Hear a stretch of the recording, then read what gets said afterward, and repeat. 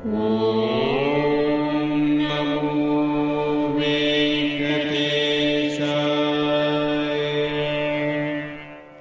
నమో వెంకటేశాయ.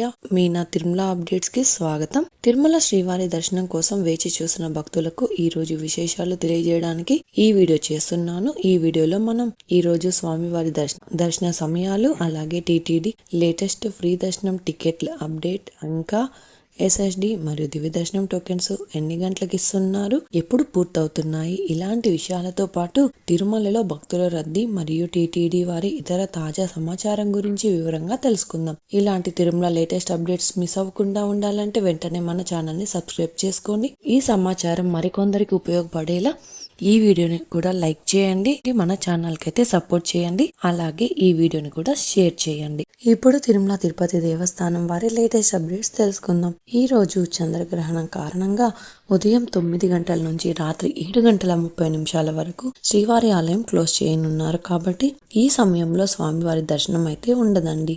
శ్రీవారి భక్తులు ఈ విషయాలను కూడా గమనించగలరు. రాత్రి 8:30 తర్వాత దర్శనం స్టార్ట్ అవుతుంది. ఇప్పుడు దర్శన వివరాలు కూడా తెలుసుకుందాం. నిన్నటి రోజున సోమవారం రోజున శ్రీవారిని 75,174 మంది శ్రీవారి భక్తులు స్వామివారిని దర్శనం చేసుకున్నారు. 17,731 మంది శ్రీవారి భక్తులు స్వామివారికి తలనీలాలు సమర్పించారు. 4,29,00,000 రూపాయలు భక్తులు స్వామివారికి సమర్పించిన హుండీ కానుకలు. నిన్నటి రోజు ఉదయం నుంచి రాత్రి వరకు కూడా వైకుంఠంలోని అన్ని కంపార్ట్మెంట్స్, అలాగే నారాయణగిరి షెడ్స్ అన్ని ఫుల్ అయ్యి వెలుపల ఉన్న క్యూ లైన్ లో నారాయణగిరి గార్డెన్ నుంచి శిలాతోరణం సర్కిల్ వరకు క్యూ లైన్ లో భక్తులు వెయిట్ చేస్తూ ఉన్నారు.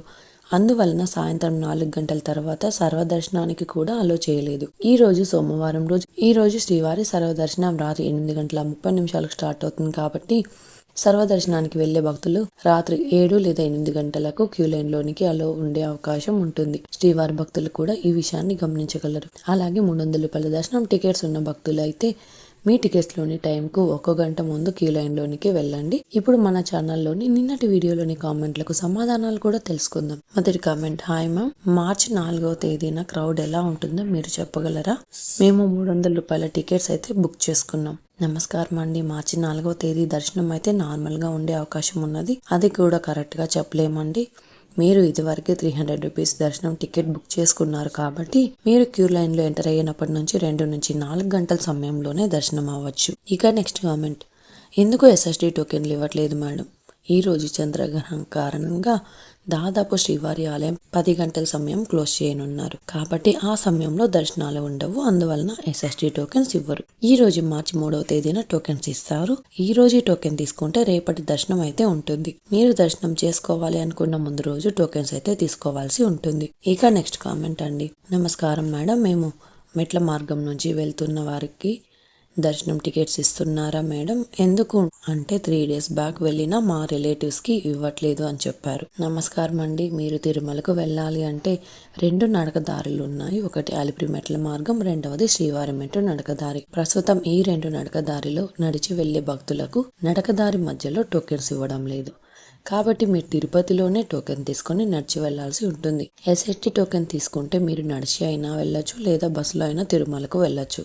తిరుపతిలోని భూదేవి కాంప్లెక్స్, శ్రీనివాసం కాంప్లెక్స్, విష్ణు నివాసం ఈ 3 ప్రాంతాలలో మాత్రమే ఎస్ఎస్టీ టోకెన్స్ ఇస్తారు. అదే మీరు శ్రీవారి మెట్టుదారి టోకెన్ తీసుకుంటే తప్పనిసరిగా నడిచి వెళ్లి 1200 మెట్టు వద్ద టోకెన్ స్కాన్ చేయించాల్సి ఉంటుంది. శ్రీవారి మెట్టుదారి టోకెన్స్ కూడా అలిపిరి వద్ద భూదేవి కాంప్లెక్స్ లలో ప్రత్యేకంగా ఉన్న కౌంటర్లలో మాత్రమే రోజుకి 2000 టోకెన్స్ ఇస్తారు. ఇక next comment: hi madam, Saturday ఏమైనా క్రౌడ్ తగ్గొచ్చా? నమస్కారం అండి. శనివారం రోజు కాబట్టి క్రౌడ్ ఎక్కువగా ఉండే అవకాశం ఉంటుంది. ప్రస్తుతం ఇప్పుడైతే క్రౌడ్ ఎక్కువగా ఉంది. ఎప్పుడు తగ్గుతున్నది అన్నది కరెక్ట్ గా చెప్పలేము.